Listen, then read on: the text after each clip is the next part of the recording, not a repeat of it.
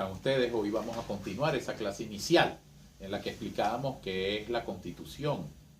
Decíamos, para aclarar, la Constitución es el instrumento jurídico de organización del Estado que además regula los derechos fundamentales y establece los mecanismos de resguardo de esos derechos. También indicamos que lo que caracteriza a las constituciones es la supremacía. El artículo 7 de la Constitución establece la supremacía de la Constitución con relación a las otras normas del orden jurídico.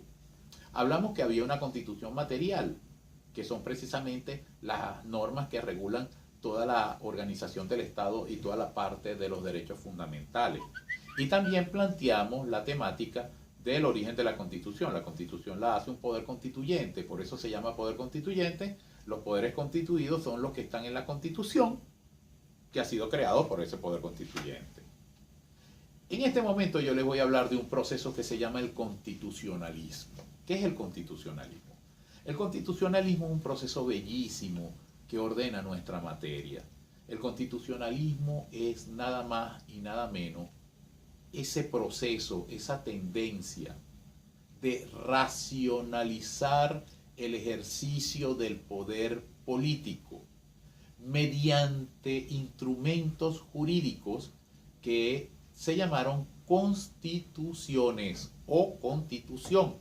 Es decir, el constitucionalismo surge cuando comienza la tendencia de dictar constituciones.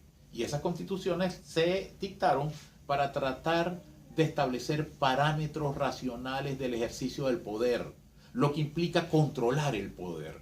Porque la Constitución tiene unas funciones y yo se las voy a decir y les agradezco que siempre las tengan en cuenta. Primera función de la Constitución es organizar al Estado, organizar al poder político. Segunda función de la Constitución es establecer una gama de derechos fundamentales. Se declaran la existencia de esos derechos fundamentales y se establecen mecanismos de resguardo de los mismos. La tercera función de la Constitución es la de control. Es decir, como el poder se ejerce a través de órganos y estos órganos tienen titulares, no se puede dejar la actuación de estos órganos y de estos titulares del poder sin ningún tipo de límite. En consecuencia, la Constitución establece un sistema o una compleja gama de controles. La cuarta función de la Constitución es muy importante para un estudiante de Derecho. La Constitución es la base del orden jurídico, en virtud de ese principio de supremacía constitucional al que hicimos referencia. Como la norma madre es la Constitución, las leyes y otras normas jurídicas se deben corresponder con ese texto fundamental que es la Constitución. Y la quinta función de la Constitución es más de naturaleza política. A mí me gusta decir que aunque se diga normalmente que la Constitución es aprobada por el pueblo, en realidad esto tiene sus matices.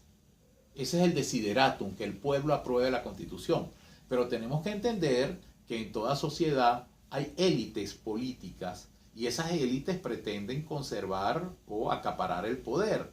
Entonces, las constituciones tienen como quinta función ser en la práctica un proyecto de país, de nación, un proyecto de futuro. Y ese proyecto es de los factores dominantes en la escena política de un pueblo en el momento en que se hace la Constitución. Por supuesto, para que una Constitución sea vigente, tiene que responder a los deseos de ese pueblo. Si no se corresponde con los derechos fundamentales, con los anhelos, con las expectativas, con el sentir del pueblo, esa Constitución pierde valor. Pero siempre va a ser un proyecto. En consecuencia, repito, las 5 funciones de la Constitución son organizar el Estado, establecer los derechos fundamentales y mecanismos de resguardo, establece en tercer lugar un sistema de controles, en cuarto lugar es la base del orden jurídico y en quinto lugar es un programa político a ejecutar. Dicho esto, es interesante hablar del constitucionalismo. ¿Acaso no existían organizaciones de Estado antes del proceso del constitucionalismo? Por supuesto lo existían. El Estado romano, qué más perfección que el Imperio Romano en cuanto a la organización y establecimiento de órganos. Tan perfecto era que la reminiscencia de esos poderes todavía se ven en las constituciones modernas. Hubo otros estados de la antigüedad. Organizaciones siempre ha habido. Lo que cambió fue el perfil, lo que cambió fue determinar la primacía del ser humano, la primacía de las mujeres y los hombres frente a esas estructuras de poder. Y la fórmula para tratar de establecer esa primacía fue declarar los derechos. ¿Y por qué utilizó el término declarar? Porque el Estado no crea derecho. Entre otras cosas, porque los seres humanos son previos al Estado. El ser humano es previo, su dignidad es previa. No puede el Estado crear derechos. Lo que hace el Estado es reconocer el derecho fundamental de los individuos. Por eso, la consecuencia lógica de lo que les estoy diciendo es que el Estado no puede eliminar derechos fundamentales del ser humano. El Estado puede reconocerlos, pero como no los cree, tampoco los puede eliminar. Y esto tiene relación con el inicio del constitucionalismo, porque el constitucionalismo, más que como fórmula organizativa, surgió por la necesidad de las declaraciones de derechos, y aquí podemos clarificar que el punto de inicio es el momento en que comenzaron esas declaraciones, y por supuesto la más famosa de ellas, ustedes saben cuál es, la Declaración Universal de los Derechos del Hombre y del Ciudadano, la Declaración Francesa del año 1789. ¿Y por qué es tan importante la Declaración Francesa? Porque ellos hablan del universo, ellos hablan de todos los seres humanos, no hablan de los franceses. Eso es lo que le da a la Declaración Universal de Derechos Humanos del Hombre y del Ciudadano de Francia del año 1789 una entidad tan importante. Pero si ustedes ven, esa declaración coincide con acontecimientos históricos de especial relevancia. Y me voy a referir a dos procesos interesantísimos. Por una parte, la destrucción de estados, como pasó con la Revolución Francesa, donde fue destruido el Estado francés, l'Ancien Régime, fue destruido y se da la necesidad de una nueva organización política.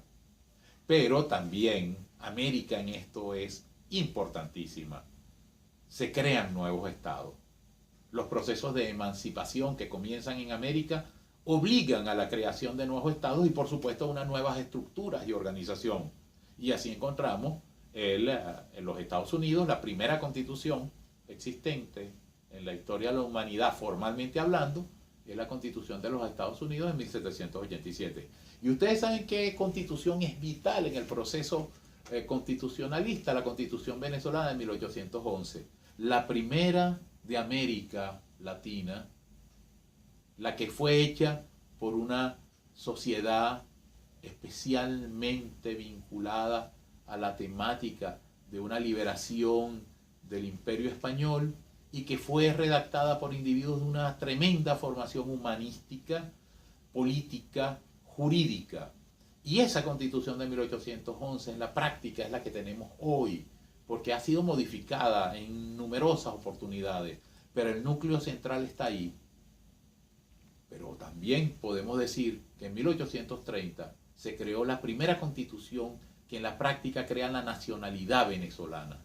Esas dos constituciones, la de Caracas de 1811, la de Valencia de 1830, son los hitos del constitucionalismo venezolano, y es precisamente lo que yo quiero destacarle, cómo las constituciones son una tendencia modernista y es una tendencia para organizar el Estado y para garantizar los derechos fundamentales de las mujeres y los hombres.